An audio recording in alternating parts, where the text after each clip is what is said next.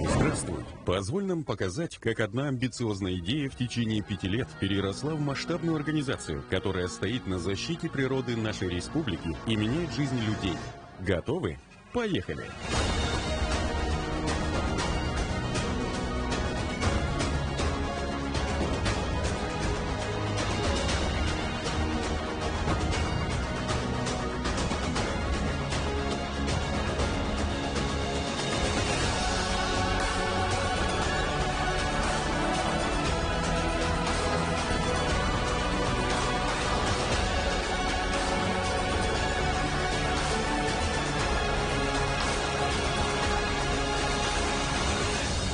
В этом году мы провели юбилейный 5-й сезон нашего экологического движения. А чем же он запомнился?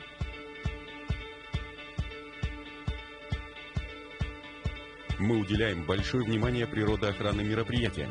Уборка территорий, посадка деревьев, участие в центральном субботнике и акции «Зеленая Россия». Все это играет огромную роль для достижения целей нашей организации. Также активно продолжает свою деятельность команда юных натуралистов в ходе изучения природы.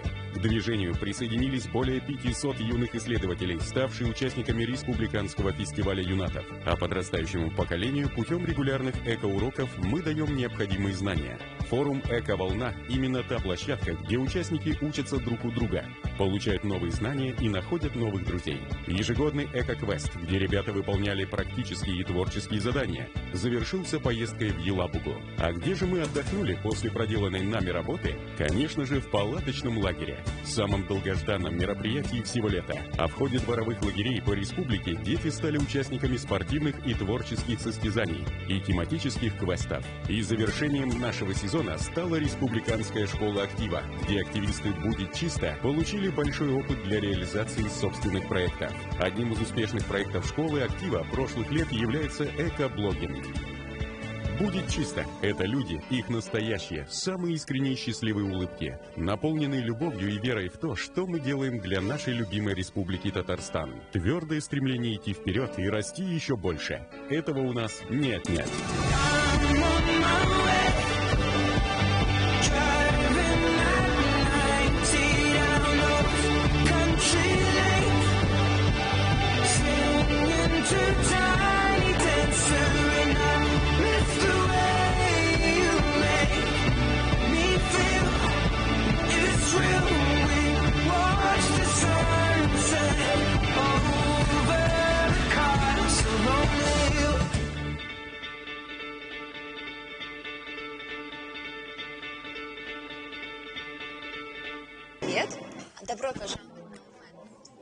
Hello, everyone. We invite you to the online platform. Welcome you to the online platform 100% Tatarstan. Today we're going to speak about the ecology laws and how we shall ecologically treat the rubbish at home. And is it rubbish at all? Well, very often we hear that ecology is it's a very narrow thing which is dedicated to a very limited amount of people. Ecology is a culture that is that's everybody's business actually. What association do you get? Well, it's pure ecology, cleaning house. So the associations we can continue for a long time. Ecology is a science that studies the connection of the living organisms between each other and the environments where they live. Barry Commoner, in the beginning of 20th century, he outlined four laws of ecology. He have explained the danger of the bad attitude towards natural resources and nature. The law 1 says everything is interconnected, and really, when the person damages one part of the nature, then the other parts of nature suffer. Say, when we destroy forests, there's no more house, there's no more food for the inhabitants of the territory. And the nature knows better how everything should work. If we had to take as an example, such as for food chains, if we remove any of the links in the food chain, that's it, the whole system goes collapse. In 20th century in China, there was an ecological catastrophe when they were destroying They were destroying the birds, the sparrows. They were destroying the sparrows in China because they thought that they have, they harm the agriculture. But as a result, the insects became more harmful. So it was a ecological disaster. Okay, if we want to get a harvest, we need to create a land plot. We drink pure. We need to prepare it and to introduce fertilizer. So we use the wealth of the nature. We need to look after the nature that we use. And the law, the next law, is everything. Something goes somewhere. Annually, one family generates up to 1 ton of rubbish. If we are to visualize it, this is huge. And what can we do with this rubbish? We can dump it, bury it. The second is we can burn it. And method 4, we can process or recycle it. If we look into our rubbish bin that we carry out on a daily basis, what we will see there? Not everything is rubbish, and most of what is contained in our rubbish bin, these are natural resources. That's what we can use, or we can process and recycle them. And a matter of recycling, there are some complexities that all of the residents face that wish to process the waste ecologically. The amount of waste grows. It's more and more. This we need to fight somehow. Okay, now let's imagine that in front of us is a huge pile of rubbish. There's everything in it. There's paper, plastics, steel, rubber, textiles, food waste, dangerous waste might be there as well. Now we have called 7 main fractions to which we can split our waste. And the first, what we remove from there, is a dangerous waste. So the waste that might harm not only us, but to all of the living organisms and to the nature in itself, as well as functioning of the nature. Dangerous waste is such batteries, mercury-containing thermometers, and light bulbs, and all items that contain elements of metal that is harmful, plus the accumulators. So this waste we can put it to special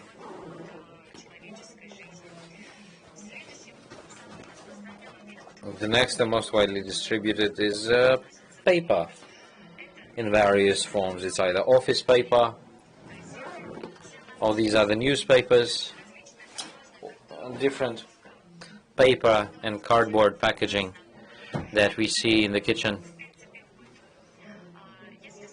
If we are to look at it, this might be different and can be white, can be colored, can be photo paper. So the magazine paper from the magazines goes one, and then the regular office paper goes to the different. So we can recycle everything. So we can, any paper is accepted in Kazan and it is processed.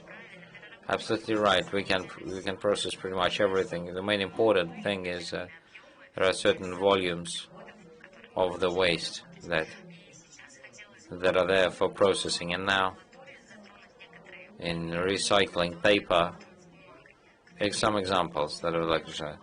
Tetra Pak packaging. Very often Tetra Pak, they provide it. Tetra Pak is a packaging in itself. It's not a paper, it's not a plastic, and not a steel, but it contains everything in itself. And this is a layered structure. It has cardboard, a layer of plastics, layer of foil, and this is a multi-layered packaging. Tetra Pak are accepted in the separate things. Another good example are various single-use packaging for liquids and for hot products. Such a situation, we take regular cardboard and regular paper and make a cup from it, and we'll pour water into it. The water will escape the cup, and that's it. And the paper will get wet. So this cup, it contains a plastic inlay. Yeah. They contain also additional layer of foil. They also are unaccepted. Very often they're just thrown away because to provide the packaging for processing we needed there's a certain big volume so that we can launch the process of processing. So the next most widely distributed packaging is plastics. There's loads of plastics. I know there's an ecological problem how to get rid of plastics because it does not dissolve in the water and in the soil, and you know, for plastics to dissolve up to 100 or even 600 years. Plastics, it's different.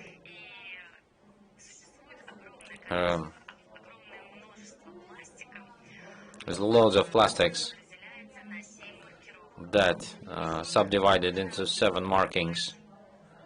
Out of them, we can recycle 5. Most widely spread is polyethylene, PET plastics. Water bottle. This has any packaging mixed by 100%. It can be recycled. The main condition when you provide plastics for recycling, so it needs to be clean, because organics can harm the process of recycling. Consequently, dairy packaging needs to be washed before it is submitted for recycling. The next type of plastics is PND plastics. LDPE, low density polyethylene. For us to understand what kind of plastics we are holding, we'll look at the bottom. If we take any plastics packaging and we'll look at the bottom, we will see the marking recycling. It's a triangle, and inside the triangle there's a number, which tells us on the number. So this is 1 inside of it, and that's the abbreviation polyethylene terephthalate. Consequently, the packaging of type 2, there will also be a number. There's number 2, and at the bottom will be abbreviation meaning LDPE. Packaging.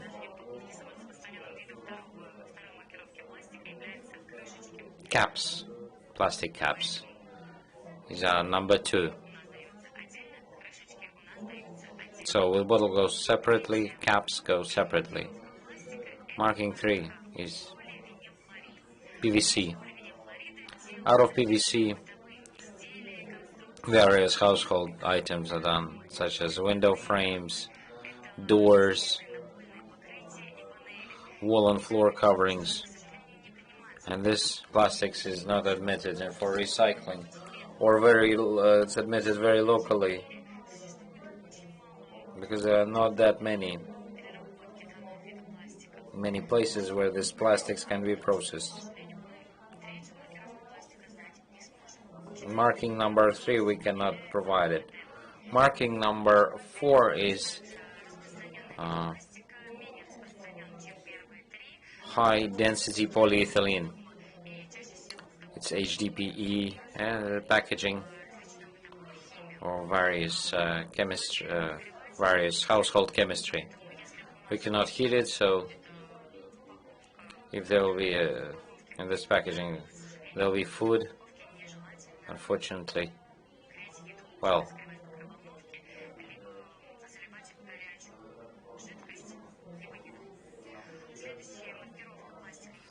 next marking is 5.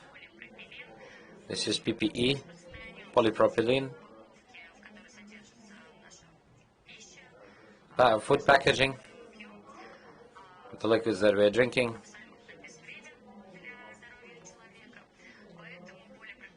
The polypropylene, it's absolutely harmless for humans, so it's more often we can see it in our kitchen. Single-use or multi-use containers. Next marking is 6. Polystyrene. Polystyrene is spread, widely spread. We see it in the kitchen, and is in the 4. You cannot heat your food in it if it is there. Polystyrene, it's very rarely admitted for recycling because there are no big volumes of polystyrene. If there's a big order of polystyrene, of course, I'll gather it. Very locally it can be provided for recycling, or depending on the situations. That's why we always check what plastics we have in front of us. And plastic number 7, it unites all the rest. So when we look at any plastic item, we need to understand that each type of plastics is taken separately in plastics number 7. It has its own markings, so polyurethane, polycarbonate is separate, and locally it is admitted if very regularly processed.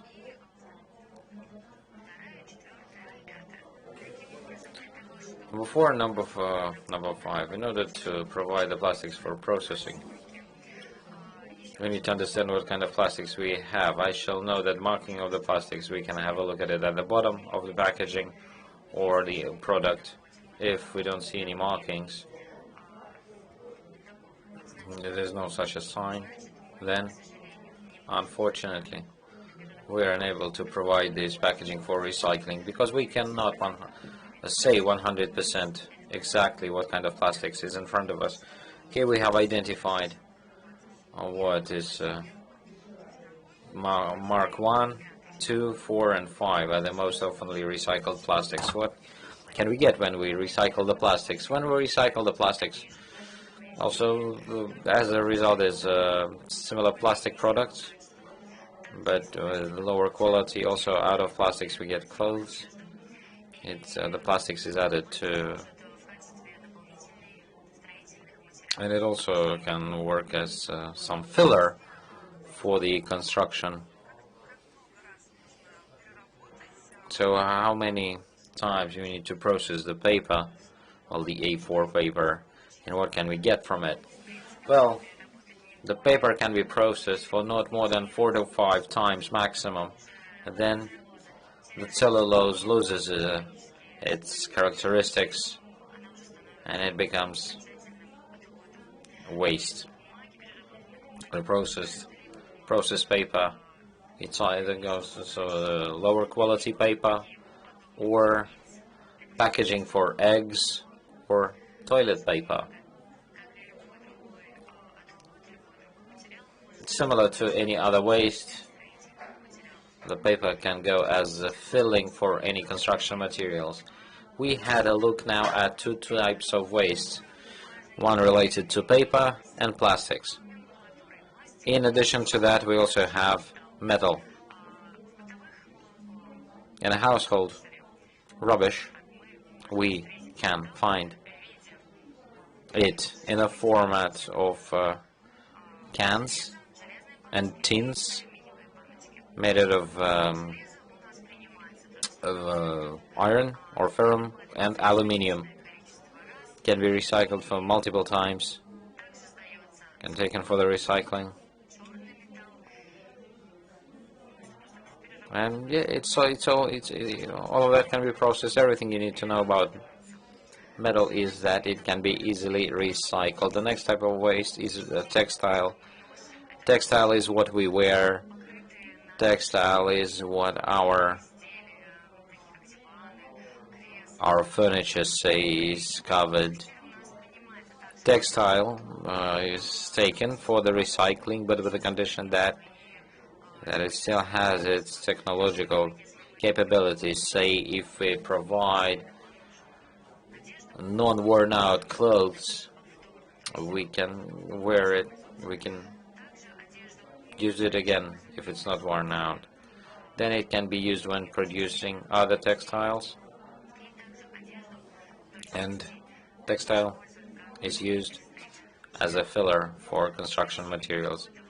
Next type of waste, so we looked at the paper, plastics, metals, textile, glass. Glass is taken for recycling, but it depends if there is such a unit in our city or in our district. Why don't they take the glass? There's this. There's it's a problem. Unfortunately, so far in the current economics, it's easier to create the glass from the sand to the producers. Economically, it's not that viable to take the glass, to wash it, to process it, and then put it back into the production, rather than produce new glass bottles. So, except for the glass bottles, the broken glass is taken for the production of various heat insulation, such as metal wool heat insulation. A separate waste is Tetra Pak and dangerous waste. Not very often they are acceptable. They can be processed. They are separated from each other, element by element, and then locally. They're then to in safe conditions without any harm to living organisms. Similar we can say about household appliances. Don't throw it away. You can utilize it in especially dedicated points, and we shall say that before throw away something into the bin, pay attention to the marking first, understand if it is possible to recycle it, and please improve your ecological culture and fight the problem of rubbish, which is very becoming more and more acute. Because if we look inside our waste bin, not everything is rubbish. Percentage-wise, 80% of our rubbish we can really recycle. Well, the representative of the youth ecological movement, it will be clean, or Будет чисто, of the Republic of Tatarstan, and we can say it's not that difficult to live ecologically. Thank you so much.